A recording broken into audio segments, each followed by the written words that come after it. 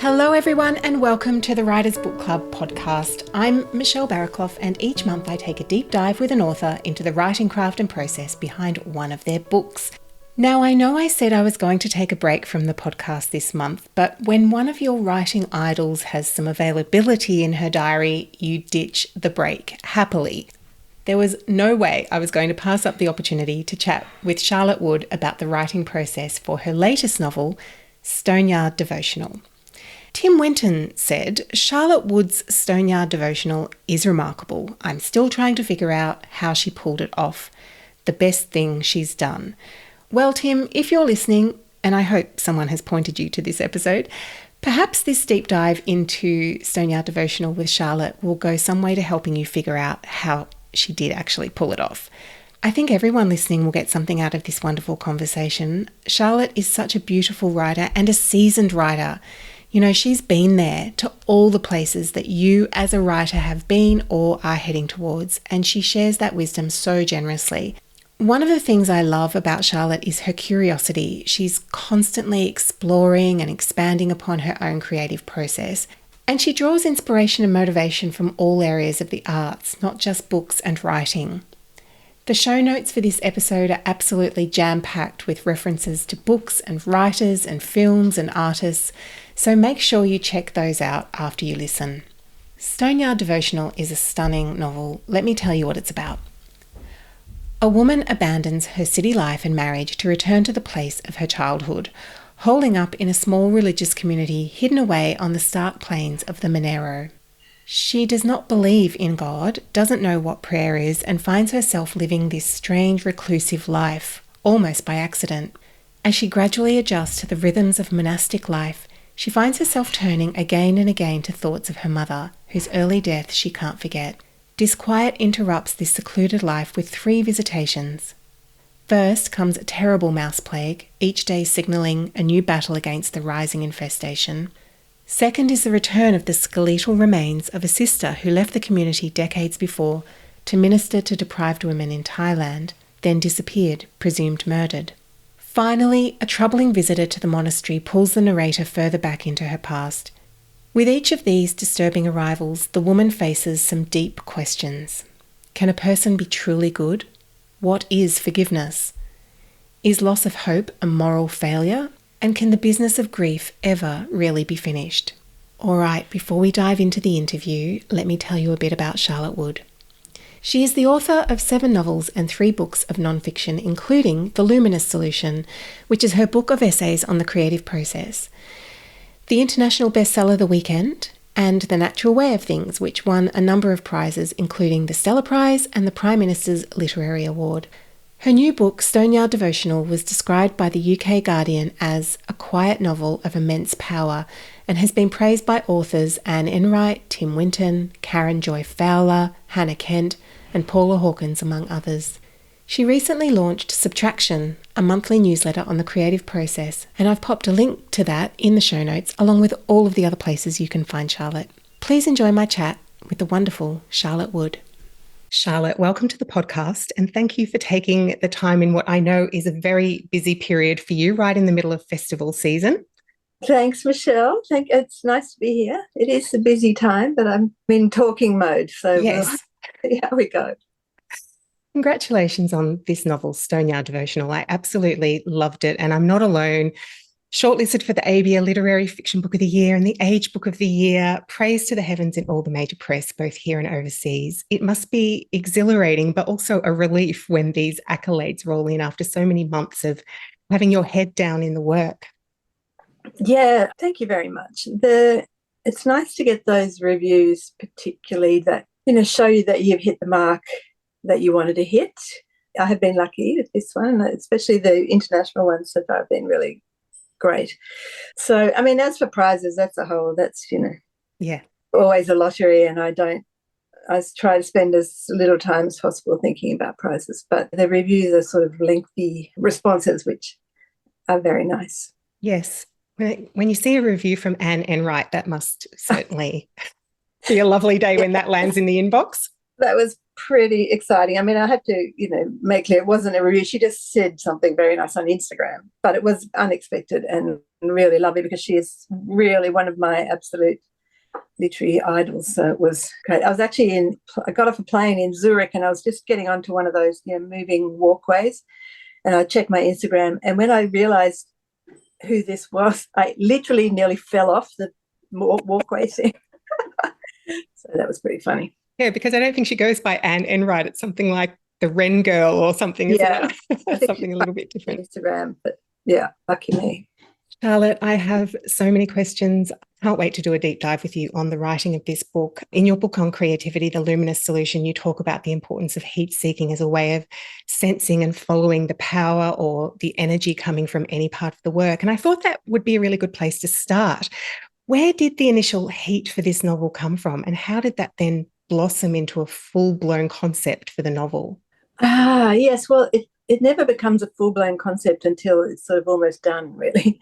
It's more like little trail of breadcrumbs, following one bit to another bit. But I actually can't remember why or how I started thinking about nuns, Catholic nuns, but I was sort of intrigued by the decision that some contemporary women make to join religious orders like that, because I could sort of understand. I mean, clearly for most people it's a matter of religious faith, but lots of people have religious faith and don't join a nunnery. And particularly I was interested in the withdrawal from normal society. So the order of nuns in my book is the community of nuns anyway, is a little cloistered order living out in the middle of the Monero Plains, which is where I grew up. So I've had this sort of question of why would a woman roughly like me, say, join this kind of community? And only when I realised it was about the withdrawal from normal society, I thought, oh, I get that actually. I really understand that impulse. So that sort of gave me an interesting sort of tension in a way. If I was going to write about a woman somehow like me joining an order to live like that, there was already a tension in that, because this woman who is like me does not believe in God, and she doesn't have any religious belief and finds it all a bit weird and, sort of silly at first. So that was already interesting to me, like that contradiction, I suppose, and contradictions are always helpful for me in writing fiction. So that was one thing I was sort of just letting percolate away. And then I happened to go on a trip back to the Monero, where I hadn't been for a long time. So the Monero Plains is an area of New South Wales, south of Canberra and north of the Snowy Mountains. And it's a very bare, stripped back kind of landscape. And I happened to go back there and realise that I wanted to write about that place, and particularly about my mother and my parents' deaths when I was a young person. And so, as is often the way, I had these two clouds of thought, I suppose. And I know now that for me, one way of doing this is to put these unrelated things together. And that is really helpful. So I often find that a way to start the kind of motor of something in a book is to bring unlike things together. And part of the heat generating process, I guess, is figuring out why those things belong together. How could they possibly go together? So I suppose that was the beginning of that process. So how did the drafting process for Stone Yard Devotional proceed from there, Charlotte? What does it look like for you? I know that you very much go off social media and you go into your writing cave. Did that same process occur with Stone Yard Devotional? I probably did. I need to do that again. The going off social media is actually becoming more and more of a kind of issue for me. This year I'm doing a lot of public speaking, so it's good to be on it for that. But then to write, I need to be much quieter and more private. And yet this year, at least, if I wait till all the speaking's done, I won't get anything done for a year. So I'm trying to learn how to move more swiftly between the sort of public self and the private writing self. But that's a kind of aside. But, well, partly it was a strange book to write because a lot of it, I was writing it in lockdown, a lot of it. So, everything had changed about the way all of us worked. it shouldn't have changed the way I worked because, I was just here in my house. I don't have kids to homeschool. I didn't have people to look after apart from my husband who can look after himself. One would hope. And he was working, so he wasn't that affected by, just in the way we all were. But I was very, very anxious, though, through that pandemic period, and my concentration wasn't great.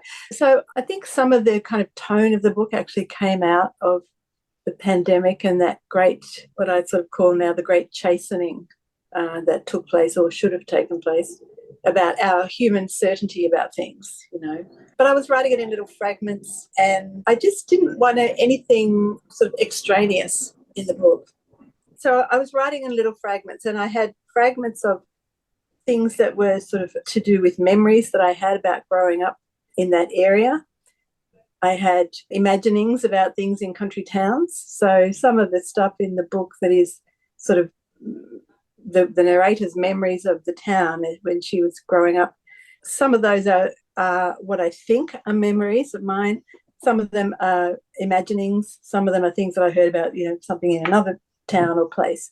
But this very fragmented way of working, I guess I always work in that way anyway, but usually in kind of fully formed scenes. But this was much more fragmented. And I guess, looking back, I think some of that probably came out of my fragmented attention at the time.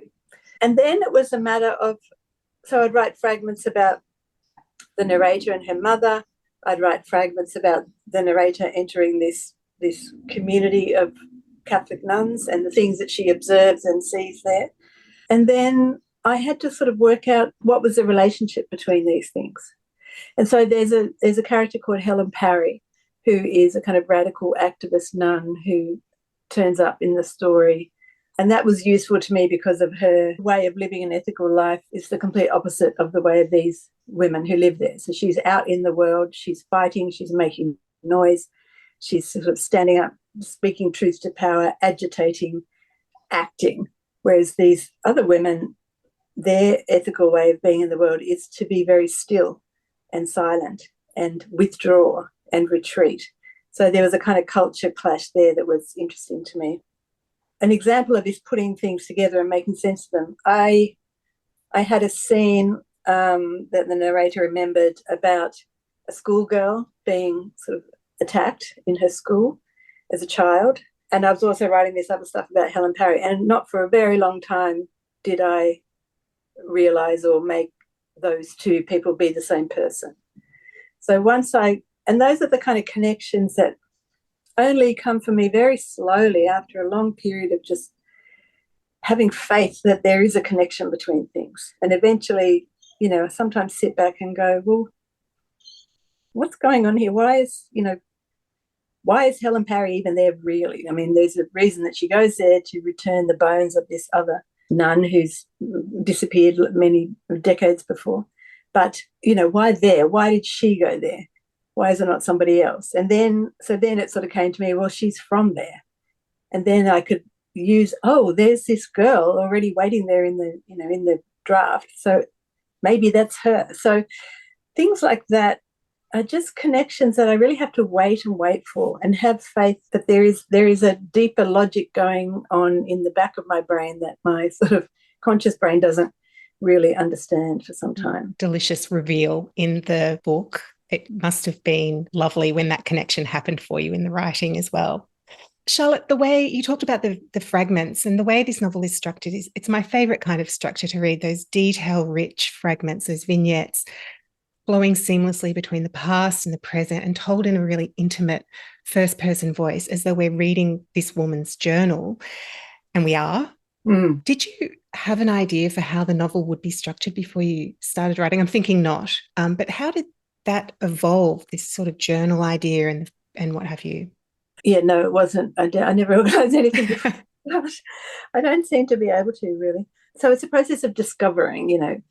and it's an instinct and it's, it's hard to talk about this in any useful way for a new writer because you can say, it's instinct and, what is that? That doesn't help anybody. But I think what you learn as you go along as a writer and you get more experience is how to recognise a good instinct and then to trust it.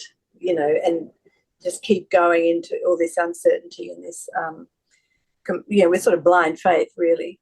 So I had the kind of journal entries. I was reading a few diaries at the time. I was reading Helen Garner's diaries, and I love that very fragmented, just those tiny little shreds of observations that she makes.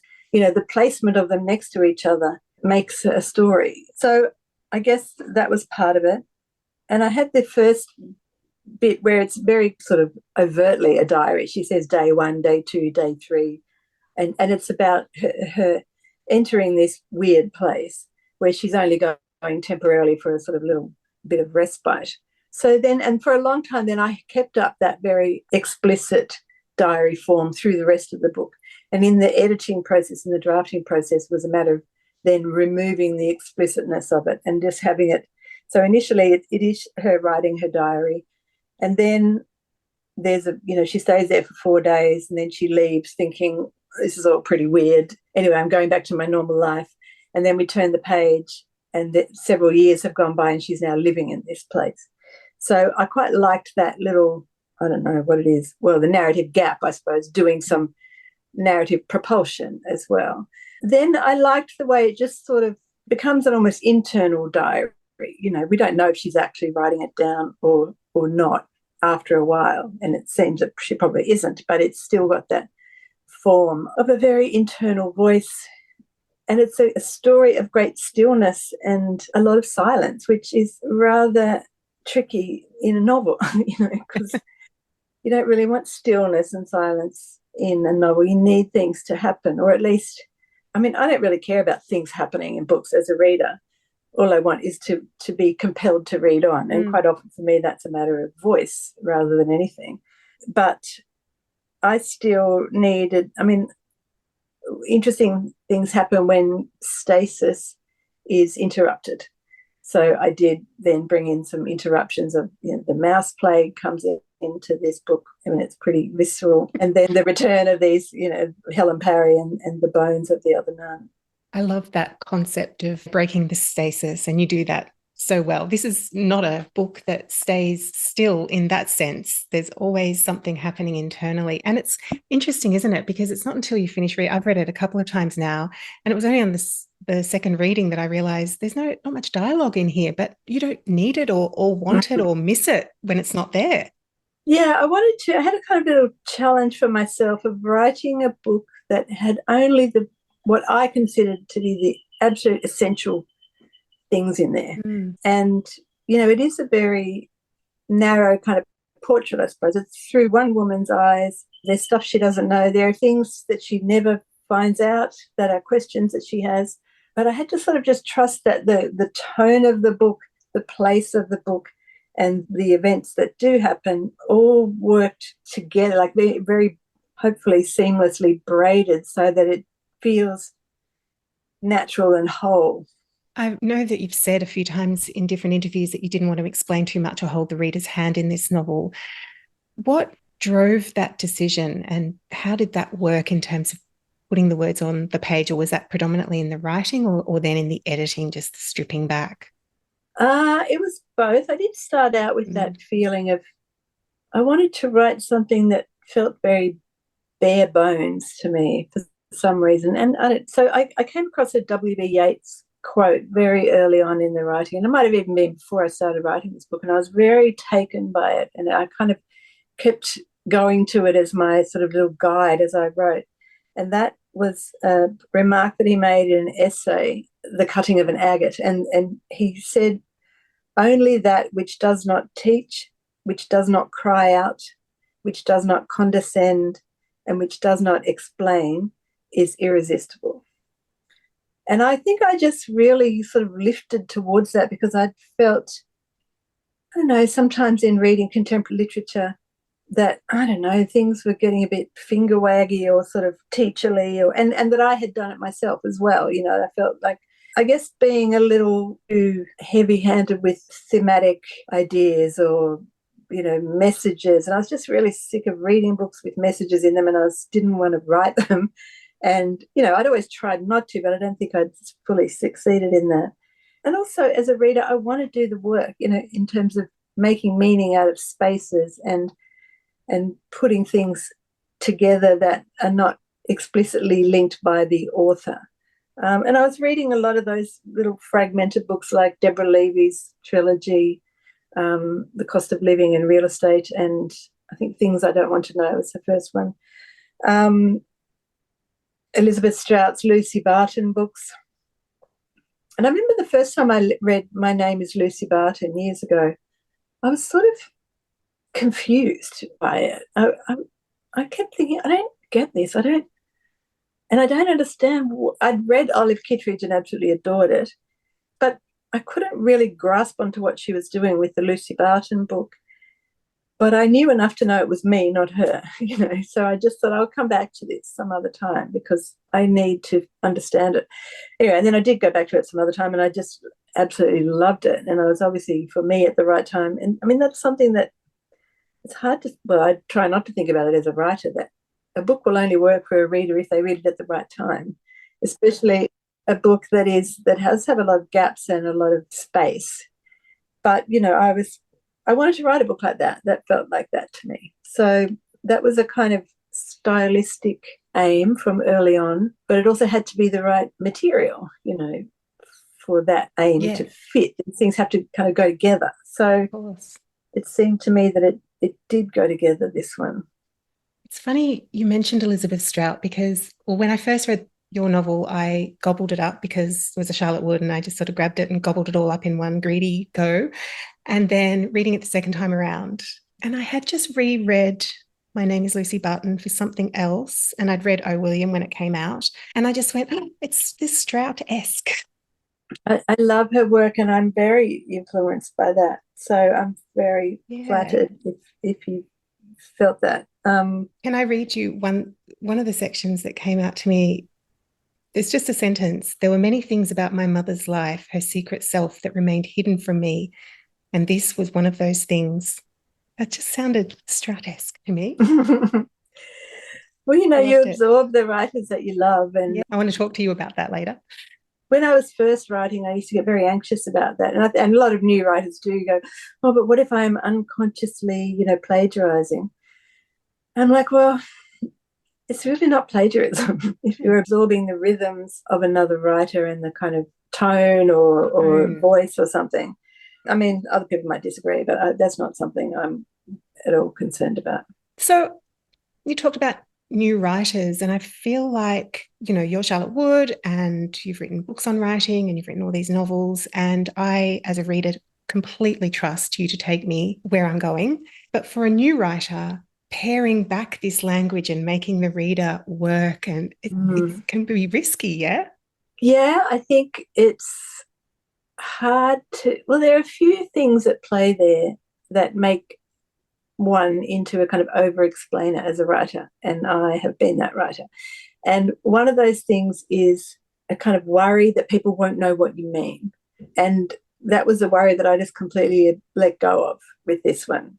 And I do think this is my 10th book, and I feel that it's taken me this long to have not just the kind of, courage is a kind of very silly word, but we talk about fear in writing, so perhaps courage is the right word. Yeah, it's a fear of being misunderstood or of not being helpful to a reader. And I think that is something really key that would be good for all of us to get rid of, this idea that I have to have the reader understand exactly what I mean. And that could mean not just sort of being sort of too verbose or something, but also over-explaining.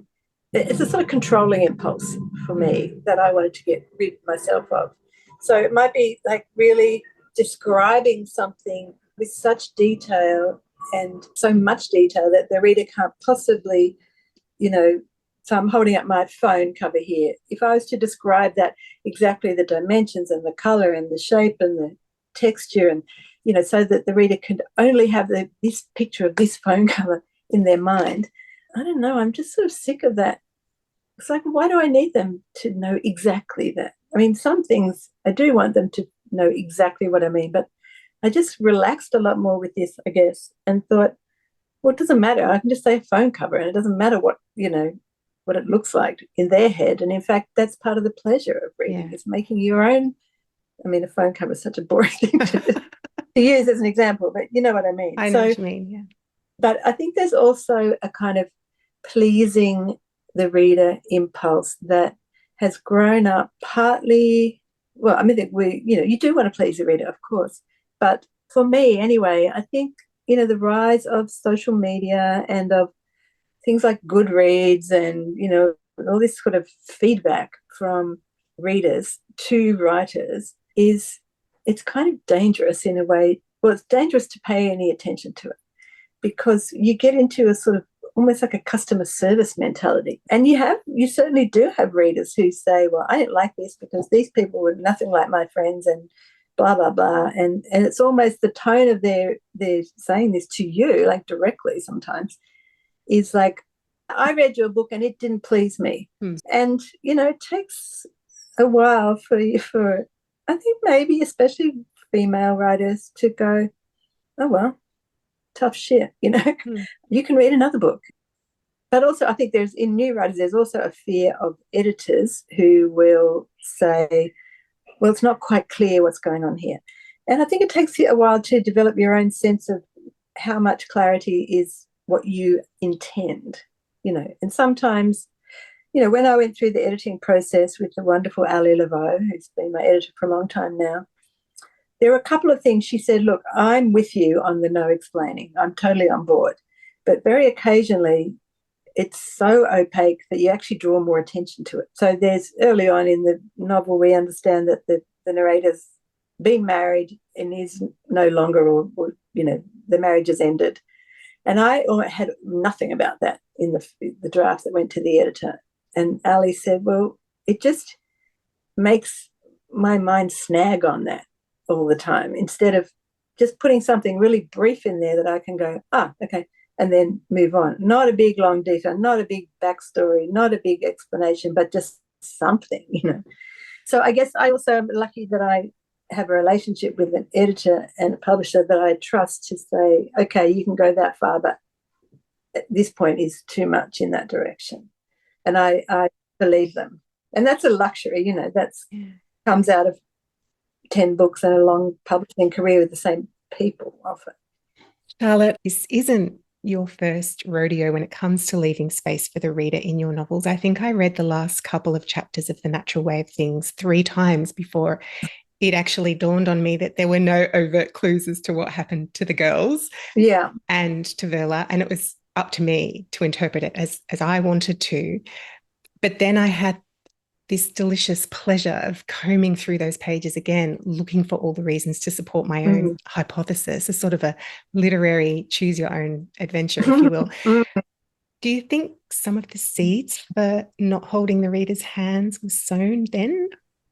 Well, I think I've always aspired to do that, but I've a lot of the time been too anxious to really do it. But certainly the ending of that book, was really, I wanted it to be open-ended in that. And lots of people said to me afterwards, so what did happen? Yeah, we're so invested. And I'm like, as much as I know, and it's tricky because I didn't want to do it in a glib sort of ha-ha way, not in a kind of, you're expecting something and I'm deliberately going to smash that expectation as a kind of trick. I hope it doesn't read like that, but it definitely doesn't read like that at all. And it's about the question of how women enter into or not their own oppression, right? So, and how much courage are we prepared to have as women? So, it seemed to work for me. But again, it's that thing where you just have to trust your own instinct on that front. And you can certainly, manipulate it or tweak it. But if you have a very strong gut feeling, and this is this thing about heat that I'm always talking about, that if your gut feeling is I need this in my book, then I think it's really important to stick with it, even if you do have editorial advice against it. I had a question at the Newcastle Writers Festival recently for a woman who said she'd published a short story and there'd been something in it that was very important to her, but the editor said, look, it just doesn't work, take it out. and she'd felt she couldn't really articulate why she really wanted to keep it, but she sort of, respected the editor and did what she was told, and the story was published and all that, and it was fine. But she said, I still kind of wish I didn't let it go. And my answer to that was, well, I think it's good, to listen to editors, because especially when you're a new writer, they do know stuff and they can teach you. But also, if that was really important to you, hang on to it, but figure out why, and figure out what the problem that the editor was pointing to may have had a different solution than taking that bit out. Maybe it was like, actually go further into it, make it more explicit or bigger, or, so I don't discount other people's opinions in the editing process ever, but I try and address them in a way that is true to what I want in the book as well. Yeah. And to the story that you're trying to tell. Charlotte, this is the first time you've written in first person since your first novel, Pieces of a Girl. How was that? How did you sort of handle those limitations of writing in first person? Well, again, it was sort of a matter of just wanting to do something different. And you're right, I did it in my first book, gazillion years ago, and then I sort of ran away from it in some, I don't know why, I think I got some idea that it was kind of babyish or something to write in first person. Anyway, and also it is technically much harder, because especially if it's first person present tense, which a lot of this book is, it can become quite claustrophobic if you've got no other point of view and no kind of sense of time moving, or, no temporal variety, I suppose. In this book, I did have that. You do have that. Yeah. I do have these sort of elements of the narrator's past. And I think I was just able to handle it better narratively, because I'd built up, ways of creating narrative tension since, I wrote my first book. But I suppose it was a deliberate decision not to try and hide, because a lot of the book is very personal to me, and it's very, the relationship that the narrator has with her mother is very definitely my relationship with my mother, even though it's a kind of slant portrait of my mother, because a whole lot of real detail about my mother, like the fact that she had 4 other children than me, is not in the book. So, necessarily then that's a very skewed portrait of a mother of 1 child and the mother of 5 children. And lots of other things. I know that there'd be friends of my mother's looking at that book going, this is not her at all, and that's fine. That doesn't bother me. That's why it's fiction. But I was ready to, I guess, be less protective of the real details of my life in my fiction. I didn't need to transform them as much as I have done in other books, or hide them, or make sure nobody would think it was about me. I sort of don't care now. And so it's sort of about me, and yet I have not gone and left my husband and joined a nunnery. There is a whole lot of things that are most definitely not about me.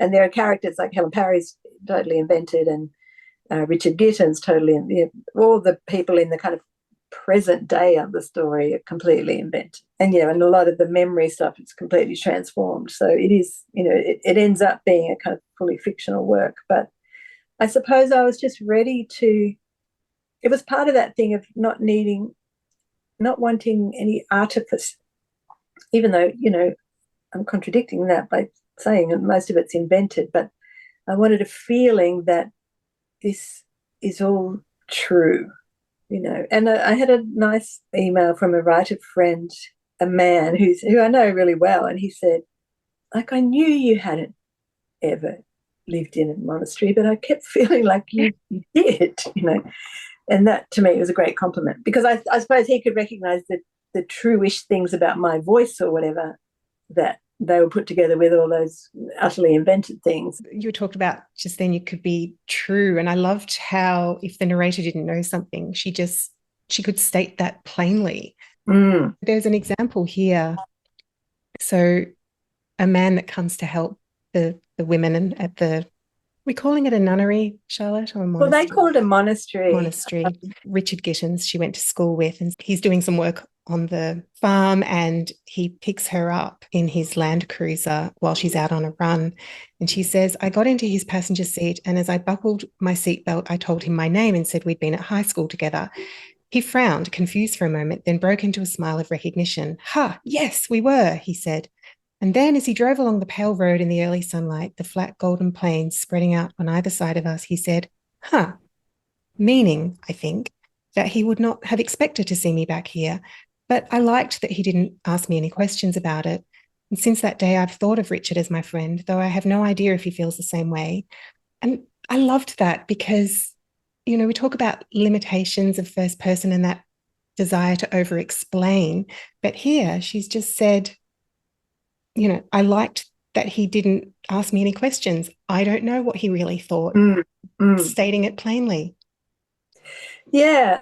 And I mean, I don't know, it just seemed to, that sort of stuff seemed to come quite easily with this book, that I suppose because, again, it's about the match of the material and the tone and the voice, in that she's come to this place which is largely a place of silence, and things are not answered, and the pace is very slow and kind of rhythmic. And Richard Gittins goes and helps these women, like if they need a heavy job done in the garden or etc., like helping with the chook shed or whatever. And I suppose he only is happy to do that because he's happy not to ask a lot of questions, and he's not a chatty kind of person. And that also gives us an insight into how she chooses to interpret things. And in this case, it's sort of in a positive, benevolent way, because her thoughts aren't always kind, like many of us have thoughts. And she sometimes berates herself for being a bit judgy or mean, when she's talking about Carmel's ghastly little back scratcher, or Dolores driving her absolutely mad with her operatic sneezing, which I had to laugh at. And I just thought that gave us a beautiful insight, also a reflection of the kind of person that her mother was. So, yeah, it was just a beautiful piece. Thank you. Thank you. I mean, it was sort of pleasurable to just look at the tiniest domestic things and put them in the book, in a way that in another book it'd be just like, what the hell is that? Who cares? But because in this place everything is slowed down, and also I suppose her big problem in this monastery is her own ego, and learning to live with these people who, she really respects Simone, the kind of boss nun, and she really likes her and thinks she's very smart and kind of rigorous. And Bonaventure, one of the other older ones, and she really likes her too. But the younger ones drive her nuts. She just thinks they're silly little girls who talk about Jesus as if he's their boyfriend, But she knows that this tendency of hers to pass judgment on these younger women, she's there to kind of eradicate that from herself. Like she tries to believe in God. She tries to pray. Like she has enough respect for them and their way of life that she wants to understand what all of this means. So it's kind of an experiment for her. But she's still human, and she's still, feels quite superior to lots of them, and also is deeply conflicted about being in this place that is sort of ostensibly a part of the Catholic Church, when she's had such, as I think any thinking person does, even if they are in the Catholic Church, they know that there are some terrible damage has been done by some parts of the Catholic Church. So, that's another tension in her, is how can I justify being here? But and yet, and that phrase, and yet, she quotes a Jewish writer, Elie Wiesel, who says, and yet, are basically the two most important words. That phrase is really important because it's about always seeing another view, not just your own. Two things can be true. That's right, at the same time. I'm guessing that this idea of specificity that you've talked about and George Saunders talks about and other writers had an important role in this stripping back of the language and the novel. That's really evident in your descriptions in particular. Is specificity something that is really important to you in your writing? Yes, because it's sort of the only way to make something feel true, I think. And I keep quoting this as if that's from Chekhov. I don't even know if it is Chekhov, but I think it was Chekhov who said, only in the particular can be found the universal. Because if you're not really specific in your description of something, then it's just an outline. It's a sort of, I mean, I guess I'm also contradicting what I said earlier about letting the reader, do the work of what colour the table is or whatever. And yet, if it's something important, I do want to be extremely precise and specific, because I think it brings a feeling of truth to the words, even if they are completely invented. And it just does a lot of work for you, being really specific. Yeah, I mean, it doesn't contradict it, it enhances what you're saying, because by being specific, you're able to strip away a lot of the extraneous descriptions and things like that just by really. Yes, and it's the telling detail. Yeah. So it's not all of the detail, but one particular bit of whatever it is. It might be a landscape, or it might be a feeling, an emotion, I just think it's just more interesting when you can really pinpoint something, particularly if it's in human behavior, So it's not just like an outline of a mannequin walking around, it's a real human being. You were talking about Helen Garner before. She does that so well. But so do you. I want to just give the listeners an example of this. It's on page 7. Anita, the housekeeper, chatty and broad-bummed, shivering a little in her maroon fleece vest over a turquoise shirt, navy pants. She leads me around the buildings and grounds, and I trot behind her as she rattles on. She could never be a nun. Imagine getting up for vigils at 5 a.m. in winter. Plus, they can't watch Netflix. That's never going to work for me. That's just a paragraph, like it's literally 6 lines, and it says everything you need to know about Anita.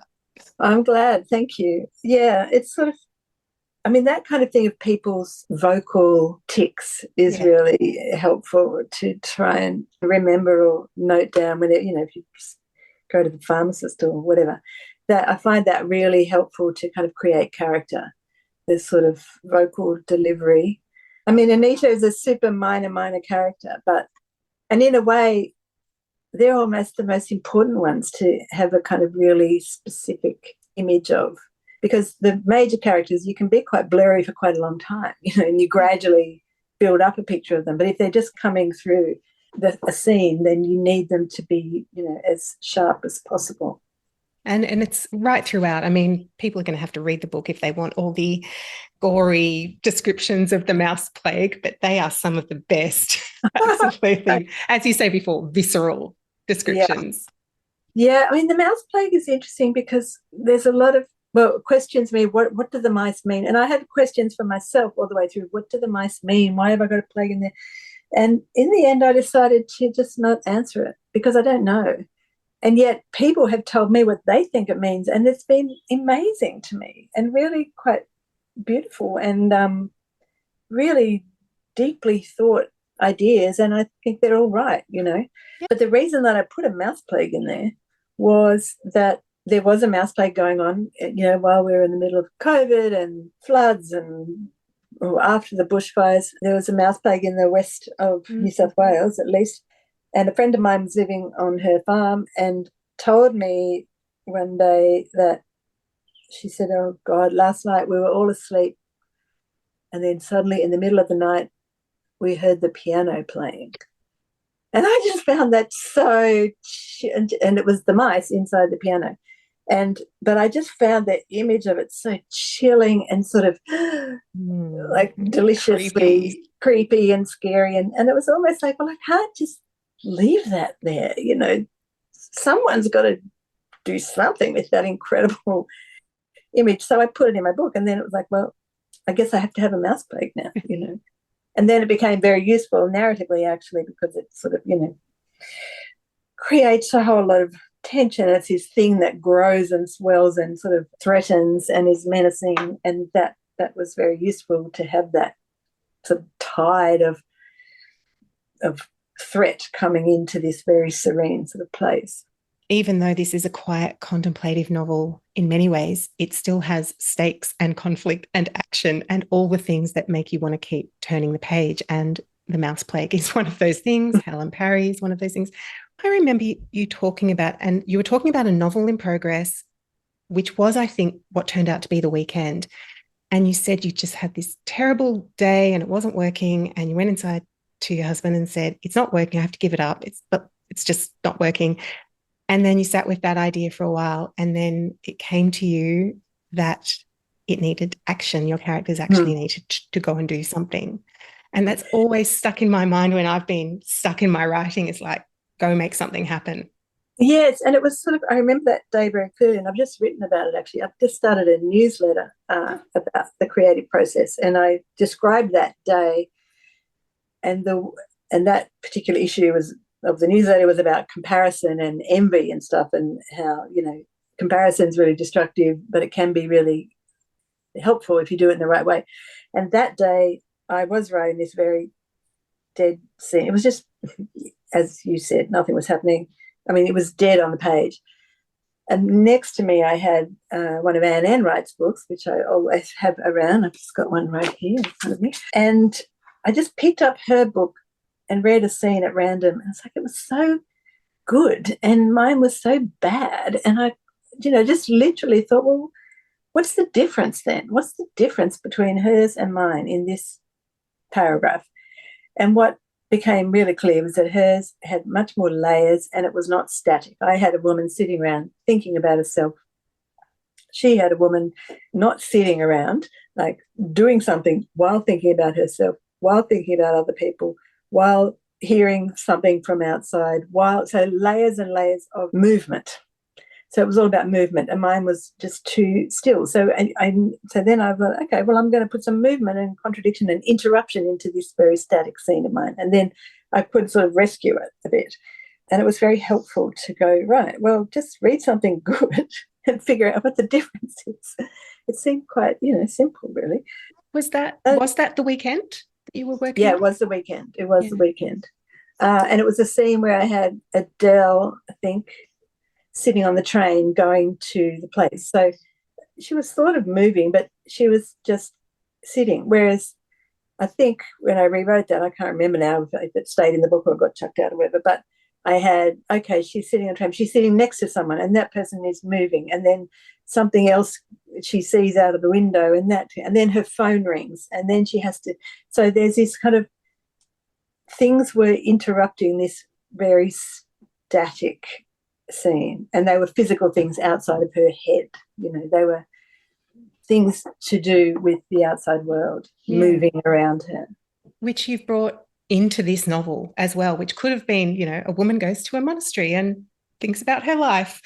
Let's throw in a mouse plague. Let's throw in the return of this childhood friend, not a friend really, a girl she knew from school who'd been badly bullied and some incidents had happened there. Let's bring in the bones of Sister Jenny, even the I don't want to call them flashbacks because they're... I know, it's funny, isn't it? Because I hate backstory and flashback, but they are certainly fragments of her earlier life, her memory fragments. Yeah. Let's go with that. Something's happening in them. Things are happening in them. So I'm wondering if that's the sort of lesson from the weekend that you've brought into this novel. You feel like you learn from each novel? Well, I wish I felt like that. You kind of, I think you do incrementally, you sort of build up a kind of, I don't know, good compost, shall we say, of method and helpful ways of doing things. But it never feels when you're starting a new book that you really know how to do it consciously. Like I'm starting one now and it's like, I'm still in the treading water. But what I know now is that this is how it is. Just go with it. Don't think, oh, this means it isn't working, which I, for the first 4 books or whatever would have thought that. It's just a phase that you have to get through to find out what's going to happen. Yeah. But also I think the more you go on, the better you are at diagnosing problems before or foreseeing why going down that path is not a good idea, because if I do that, this and that will be a problem. Unless it's one of those real gut things that you just need for no good reason to have in there. And I just trust that. Yeah. Which comes back to trust again, trusting the reader, trusting yourself, trusting the process. You've mentioned that a few times, and I think it's just, this is my 4th season of doing this podcast, and it's a concept that comes up a lot is trust. And I think that's one of the things new writers find hardest about writing is trusting the process. Because we're all control freaks, right? You want to make sure that it's going to work. Yeah. And the thing about making art is, it's quite important not to know if it's going to work, I think. At a certain point you do, but energy comes from risk and the risk that this is not actually going to come together can help energize a book. So I think just getting used to that not knowing, that sort of toleration of uncertainty, which is the entire life of an artist, is living with uncertainty on every single level, economically, whether you're even going to get published, whether anyone's going to read it if you do, whether the book will work. If you can't tolerate that as an absolute, working state, then you're just not going to be able to write for any length of time, because you just go crazy trying to control things and trying to predict outcomes. Because if you do that, if you do control it too tightly so that you can predict outcomes, you often get really quite dull work as a result. So being open to the uncertainty also means being open to surprise and things that come to you in a dream, or, I don't want to sound romantic about it, but for me, as I've gone on, I feel that my work has gotten better because I have become better at allowing that unconscious part of my brain to come to the fore as much as possible. Talk to me about voice, Charlotte. Did the voice for this novel come to you very easily? It did feel that it did. I had a period of sort of taking stuff away quite early on that just felt, I think I was writing sort of before the pandemic hit, and then I had all these kind of little sort of slightly comic elements. And then when the pandemic happened, I was just like, that's just stupid. The kind of trivial things just fell away really easily because nothing felt trivial anymore. Everything felt so serious and tender and, elemental in a way. Then the voice my dedication to a very stripped back voice just grew and grew. And by the end, it was like I was just peeling back anything that felt too unnecessary or trivial or sort of silly, or that was straining for attention. I just wanted it to be as bare as possible, and then just trust that it would work. And whether it would work or not, I still wanted it to be like that.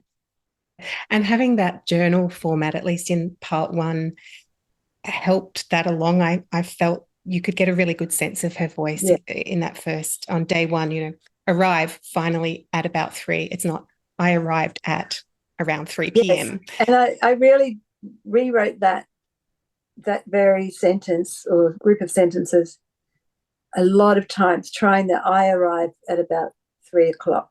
No, I arrive at 3.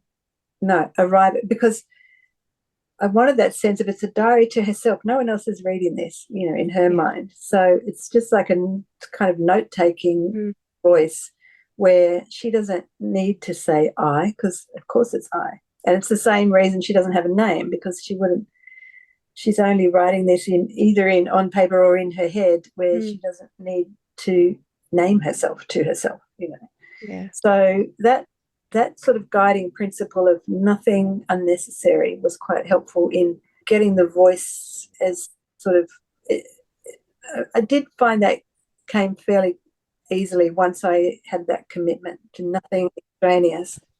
And that's, we're pointing at the screen, is sort of that honing in, isn't it, on the voice? Yeah. I remember, and I think this was you, Charlotte, but correct me if I'm wrong. I remember you once talking about how there'll be a sentence or a phrase in the novel that you're working on that becomes your go-to for tone. Like tuning fork sort of thing. Yes. Was that you? Yeah. It was me. I think, yes. I'm sure lots of people have said it, but I do find that, I think I read something by David Malouf once talking about what he called a touchstone sentence. Every book has a touchstone sentence. And I am now not sure whether he meant within the book that you're writing or somebody else's sentence. And I do both of those things. Yes, doesn't matter. I will go. So I have a pile of books, and actually I've got a little, this shelf down here, I don't know if you can see it. These are I just wrote a little label on that shelf, instruction manuals, and they're not, they're novels, but they have something of what I want tonally. And so reading, and actually in Kate Grenville and Sue Wolf's book, Making Stories, Kate Grenville has a really great explanation of voice and of getting the voice for her book Lillian's Story. And she said it was to do with what she was reading at the time, which was a lot of Jane Austen and Shakespeare. And she said it wasn't, she said I would just open them and sort of refresh myself at them and then sit down and write. And it wasn't that I was writing in any way like those voices, but somehow reading them put her into that space of the voice that she wanted. And I found that incredibly helpful when I read that, 30 years ago or something. And I do that. That's what those books are there for, and the Anne Enrights and the, Strouts. Can I ask which Anne Enright you have on the Wren? Yeah. But I've also got, so I've got Elizabeth Strout there, I've got Joan London, Joan Silber is another one I love. So they're just something about their tone and their way of seeing the world. Helen Garner would go in there as well. Yeah, I've got a Helen Garner I've got a pile like yours. It just sits at the back of my desk here, and it's just, I can even just look at them now and just know from looking that that's the tone I want. It's interesting, isn't it? It does something to your unconscious maybe that reminds you, yes, that's where I'm going somehow, tonally. You talk about it in The Luminous Solution. It's one of those concepts that you talk about as embodying or impersonating, which you say is the deliberate, imaginative borrowing of another's perspective as a useful, creative tool. Yeah, the impersonation thing is helpful, not just to use writers for that purpose, but I often think of other artists. Yes. And in The Luminous Solution, I described when I was writing The Natural Way of Things, and I was constantly getting so anxious about what I was doing, writing this horrible, brutal book about misogyny and why and what did it mean and all this sort of tedious sort of second guessing. And then something that really helped me was coming across the work of Louise Bourgeois, the surrealist sort of sculptor and artist, whose exhibition just finished in Sydney. It was one of the most incredible things I've ever seen. But when I came across her work, which had all these weird sort of feminine symbols all through it, but with no explicit meaning being just, explained. That's what I love about visual art. You look at a painting and there's no one saying, this chair is here because, it represents blah, blah. It's just a chair in a picture. Yeah. And Louise Bourgeois' ones were like weird, creepy, like uteruses hanging in a cage and then a dress and then, a spider. And you go, okay, I don't know what that means, but it's making me feel something very deep and visceral and powerful. So whenever I got worried in writing The Natural Way of Things, I'd think, no, I'm Louise Bourgeois. I'm going to just have the guts that she had to just put it down and step back from it, and go, well, there it is. I don't know what it means, but it's got some sort of power that I don't have to know what it means. And I think that's another anxiety that new writers have a lot, and I still have it, but I'm trying to rid myself of it. Just go with it, put it down, because if it's right, nobody will question you about it. There's a scene in Stone Yard Devotional, and I've been really surprised at how many people have brought it up at, readings and things I've done in bookshops and stuff. And it's a really brief scene where the narrator recalls making a bed, and she had all this stuff on the bed and she lifted the sheet and all the crap fell off onto the floor. And as the sheet came down and made this clear space, she said something like, as I watched that, I knew what I wanted. And it took me a long time to get it. Now, it doesn't really make any sense to have this little fragment of making a bed in the middle of this story. But again, I just trusted whatever that instinct was that told me to put it there. And it's been really weird to me how many people have raised it as something they really remember of the book when she made the bed. It's like, wow. I remember that because it was the description of the sheet billowing up and then softly. Yes. And the air inside. Yes, we've all had that feeling. So I guess it's something about recognition. And so that's where the metaphor or whatever it was landed with enough people. But if I'd tried to rationalise why I should put that scene in, and particularly where it was, and, you can't really rationalise something like that. So And if you do rationalize it, it destroys it. Yeah. So you just have to be prepared to go, well, my brain told me to put it there, I'm putting it there. Again, the trust. Yeah, absolutely.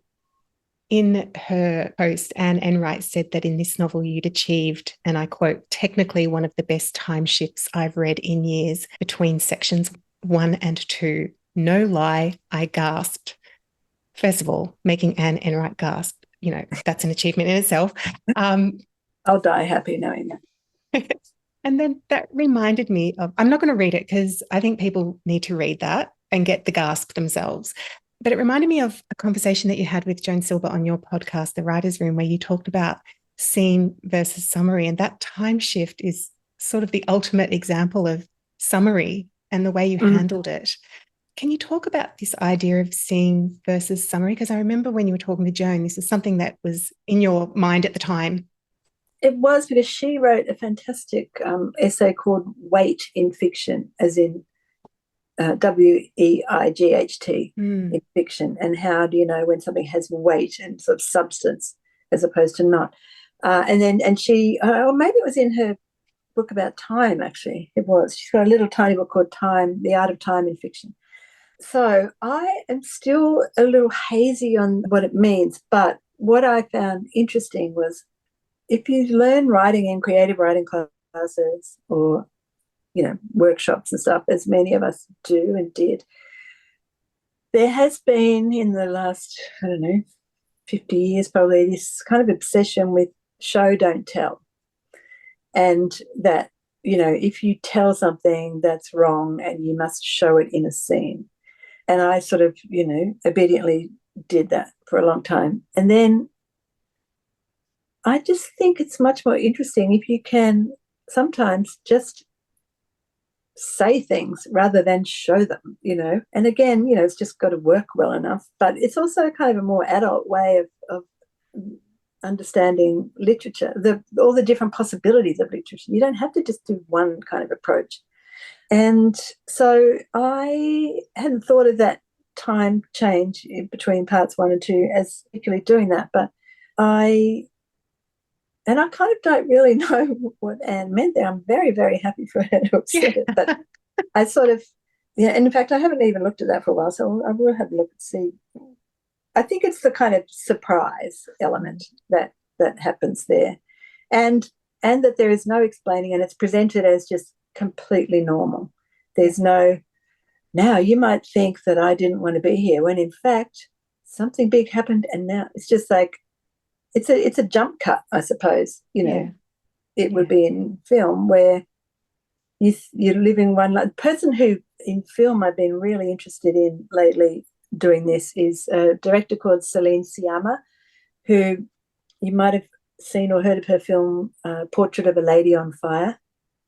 She has this incredible BAFTA screenwriting lecture that is online.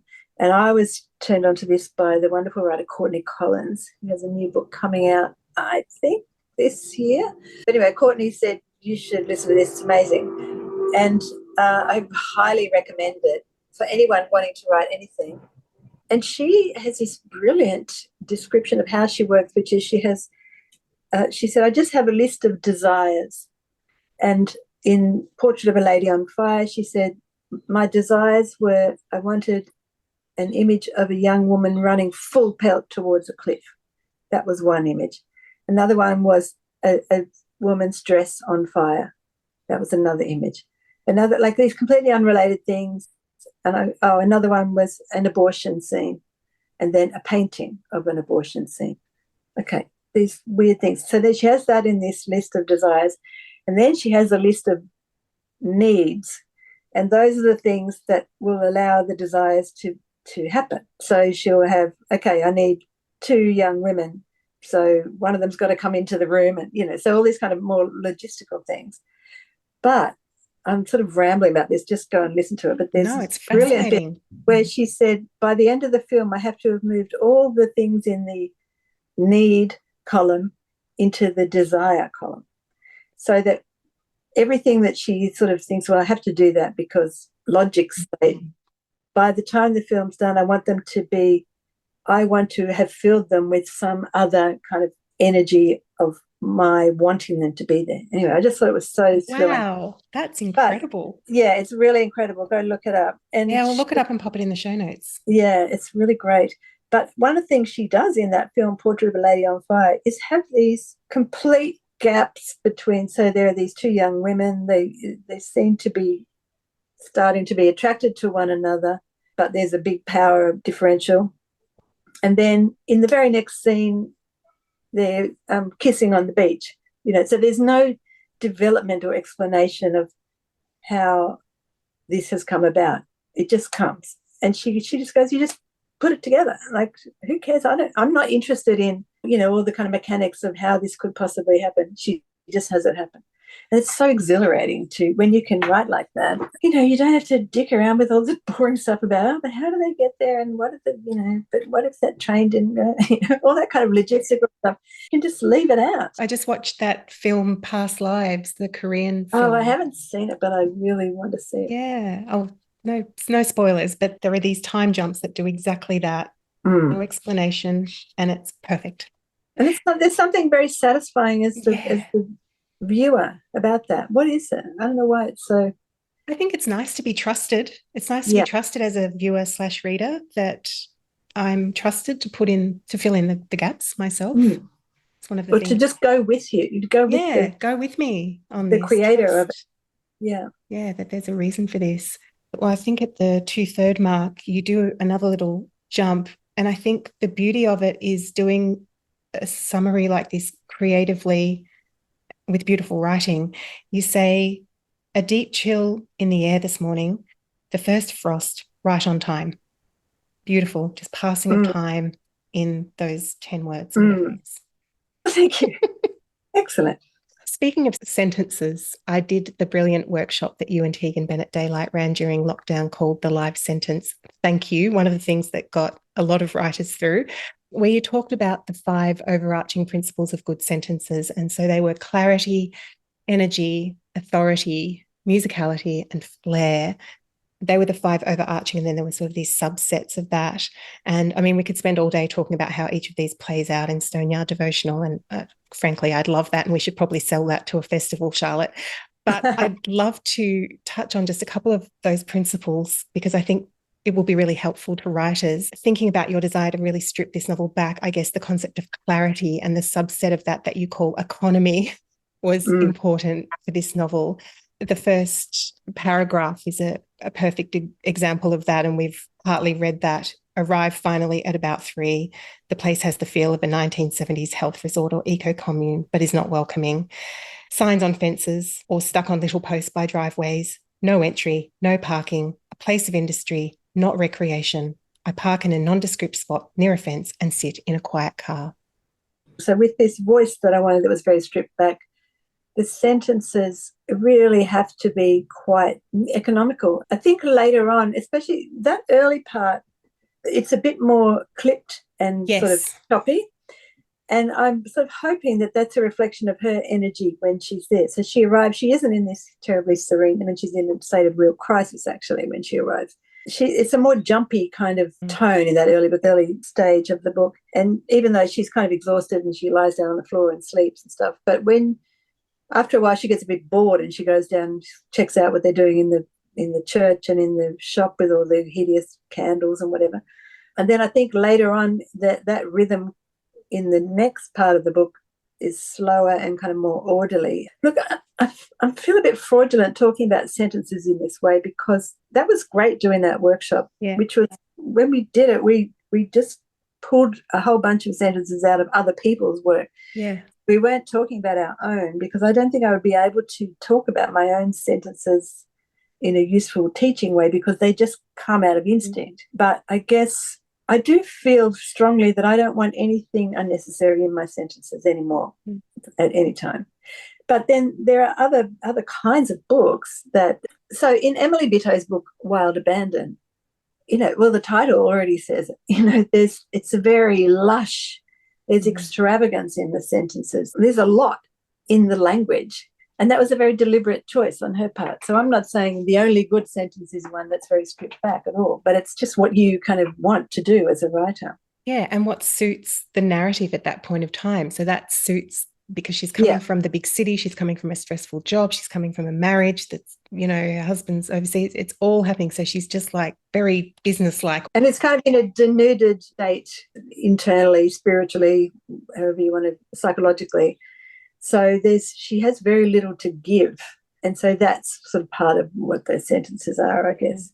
It might also be, how people are always saying to reduce anxiety, keep a journal, and she's like, I've been told that to reduce my stress, I need to keep a bloody journal. And so I'm just getting these sentences down. Whereas in the second part of the book, she's much more contemplative and relaxed and leading a much slower life. Yeah. I like the point about flair because it reminds me that even in language that's very simple, you can still find a surprising word. I mean, I'm not saying that I've done it really in that book, but I want to do it. You have, Charlotte. I'm going to be, you're very modest. I will be the immodest mirror to your modesty here and tell you that you have done it many, many times throughout the novel. Well, thank you. I've just reread Carol Shields' book, Unless. That is just such a brilliant, brilliant novel. I highly recommend it. It's really old now. It's probably 30 years old, but it's really brilliant. And her sophistication with language was so kind of, it was such a galvanizing thing to go, oh, yes, you can do this. One could do that if they're as good as Carol Shields, where, a kind of simple sentence can be really elevated by just one surprising word choice that might be very particular about, describing something, or just changes the rhythm of the sentence in an interesting way. For me, sentences are so often about rhythm, and my only kind of guiding principle is whether it sounds right rhythmically. And it's not that it's got to be a beautiful cadence all the time, but mostly with the rhythm, it's not about having a pleasing rhythm all the time, but it's having some kind of rhythm that is then interrupted by another kind of rhythm, so there's sort of that creates movement and energy in the language that can help create movement and energy in the story, especially when you don't have a lot of movement and energy in the story. The language is even more important in doing that work for you. When you and Tegan were talking about that, it came under that umbrella of energy and the subset of syntax and the arrangement of words. And I took a note at the time where you said that syntax, or that arrangement of words, is as important as plot, character, and setting. And it goes to that rhythm that you were talking about, a section that I thought really demonstrated that. When I tamped down the little chicken's grave with my own black boot, I thought of those babies and those poor girls, and the savagery of the Catholic Church came flooding in once again. Yet here I am, wrestle, wrestle. You could have said, and yet here I am, wrestling with my conflicting emotions about the church and the fact that I'm living in a monastery. And yes, and that's really fun to do that. It's so kind of, you don't need to do much to convey, wrestle, wrestle, here I am. Just a beautiful example of it. And also that arrangement of words. You've got this long sentence followed by these short ones. Yet here I am, full stop, wrestle, so loved it. Oh, thank you very much. And there's that musicality as well. That's one of the other concepts that you and Tegan spoke about, and you were just touching on then as well, how a sentence sounds. Is reading aloud? I do read, yeah. I always, usually at around copy editing stage, I'll read the whole thing aloud, beginning to end. But also as I'm writing it, I probably now don't do it so much as I'm writing, because I do feel that I hear it very strongly in my head. But certainly before I show a draft to anybody, I would really make sure that I feel the rhythm is right. And the only way to really get that is to read it aloud. So I'd read one bit. So that opening that we talked about, I arrive at about 3. Arrive at about 3. Like, what's the rhythmic change, and how does that sound to me is as important as what is being said. Even just adding that word, arrive finally at about 3. I do find it really satisfying to see how much can be done with one word, like finally, okay, I remember reading, I'm pretty sure I mentioned it in that workshop actually, Catherine Mansfield's story, The Garden Party. Yes. And I'm pretty sure the opening of that is something like, and after all, it didn't rain, so blah, blah, blah. I love that sense at the beginning of a story where, hang on, something's already been happening before I got here as a reader. That is very energetic to go. It's like a train's leaving the station and you just have to run and jump on because it's going without you if you don't keep up. So I love that. I loved when I first read that story a long time ago. It's like, that's genius to say, after all, everything was fine. Yeah, and there's a whole story that's already happened without you. That there's been some anxiety about the weather, why there's something's about to happen that needs the weather to be nice. So, there's arrangements that are being made, blah, blah. None of it is mentioned. It just comes in that. And after all, the weather was good. Charlotte, you've been so generous with your time today, coming off the back of Newcastle Writers Festival, Sorrento Writers Festivals, and I'm sure many, many other events have been in your diary. Thank you so much for coming on. We've really burrowed into the writing, but you've spoken on other podcasts about the themes and questions and ideas in this novel on other podcasts. So I really urge the listeners to go and have a listen to Charlotte's interviews on The Garret with Astrid Edwards and Read This with Michael Williams, because they were both fascinating interviews that dove, they were great. Yeah, they were really good. I've been very lucky. Now, before we go, upcoming festivals, where can the people find you? Yeah, so next week, Melbourne Writers Festival, followed fairly closely by Sydney Writers Festival, then Brisbane later in the year. There are some others. I think that people like to wait until they announce their lineups and stuff, so I won't talk about it. But really, pretty much anywhere that has a festival, I am there yammering my head off this year. Yes, and I know you've spoken about awards and your feelings about them, but good luck with both of those shortlistings. Charlotte, it has been such a delight to speak to you. I'm so grateful on behalf of all the writers out there. Thank you for sharing your wisdom today. Oh, thanks, Michelle. It's been really lovely. And this has been a great chat. I could have gone on. So thank you very much for having me. There you go, the fabulous Charlotte Wood. I can imagine all of you furiously scribbling in your notebooks during that chat. Don't forget to check out the show notes for links to all of those references Charlotte mentioned, as well as her upcoming festival appearances. You can find Charlotte's website at charlottewood.com.au. She's also on Facebook and Instagram. And you can buy a copy of Stone Yard Devotional wherever you buy your books. There's also a link for that in the show notes. Next up on the podcast, another highly experienced novelist, the wonderful Ber Carroll, or BM Carroll, as some of you might know her. Ber has just published her 12th novel, One of Us is Missing, and we're going to be diving into her writing process for that novel. Let me tell you what it's about. Rachel and Rory Sullivan decide to celebrate making it through a difficult year by taking their teenagers, Emmett and Bridie, to their first stadium concert. By the end of the night, one of the four has vanished without a trace. As the police investigation intensifies, suspicion is cast on the remaining family members. Everyone has been deceiving one another, but who is to blame for what went wrong? The passing of each hour amplifies their terror that life will never be the same again.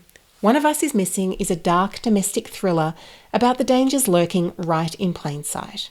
Now, I'm about to dive into this novel just as soon as I can wrestle it out of my husband's hands. He loves a good crimey, suspensey novel, and he inhaled Ber's last book, The Other Side of Her, so I might have to wait a week or so till I get my hands on it. But you can get your hands on it because it came out yesterday, the 30th of April, and it's everywhere.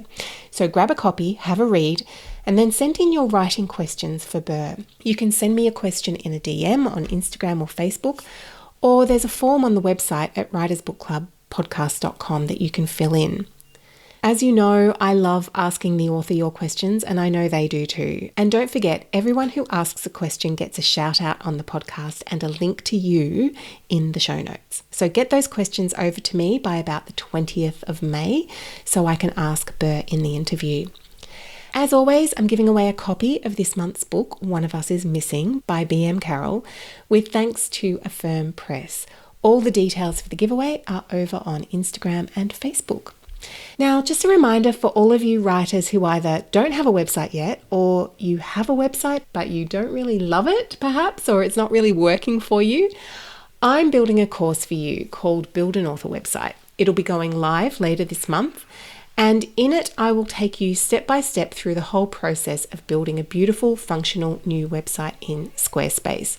I'll help you select the right domain, what to put on your homepage, your book pages, your about page, your blog if you want one, events page, and all your media.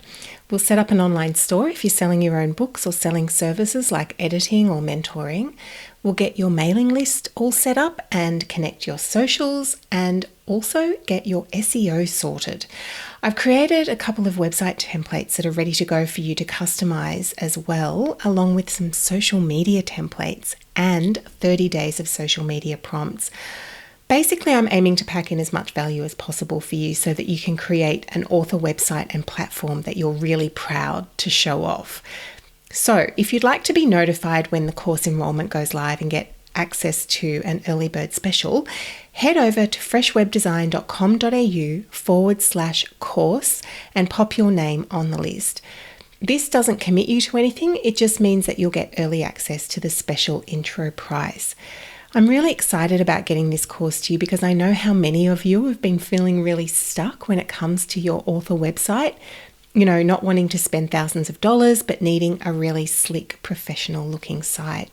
So jump on the list if you are interested in that. Okay, that's it for this month. I'm recording on the beautiful unceded lands of the Garigal people of the Eora Nation, where I'm lucky enough to live and work. I'll catch you next month. Until then, happy writing.